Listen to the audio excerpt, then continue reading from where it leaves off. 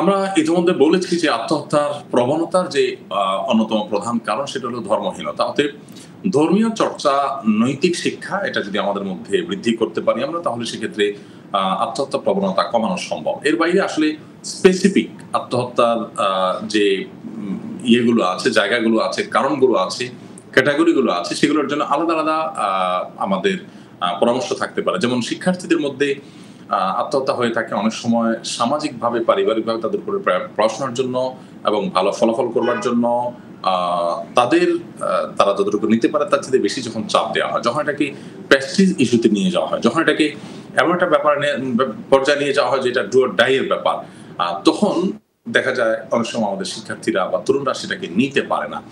সমাজ যখন ভোগবাদী হয়ে যায়, যখন বস্তুবাদ আমাদেরকে চতুর্পাশ থেকে ঘিরে ধরে, তখন আমাদের কাছে এই জিনিসগুলো এরকম ডু অর ডাই এর মতো ব্যাপার হয়ে দাঁড়ায়।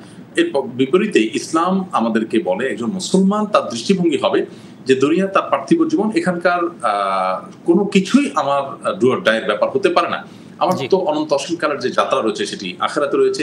আখিরাতের প্রতি ঈমান থাকলে সে কখনো আত্মহত্যার পথে পা বাড়াতে পারে না। কারণ আমি যে ডিপ্রেশন থেকে, যে বিপদ থেকে বাঁচবার জন্য আত্মহত্যার পথে পা বাড়াচ্ছি, আত্মহত্যার মাধ্যমে জাহান্নামী হয়ে তার চাইতে বড় বিপদের দিকে আমি চলে যাবো। এজন্য একজন ঈমানদার আখিরাতে ঈমান থাকতে করতে পারে। অসংখ্য ধন্যবাদ আপনাকে।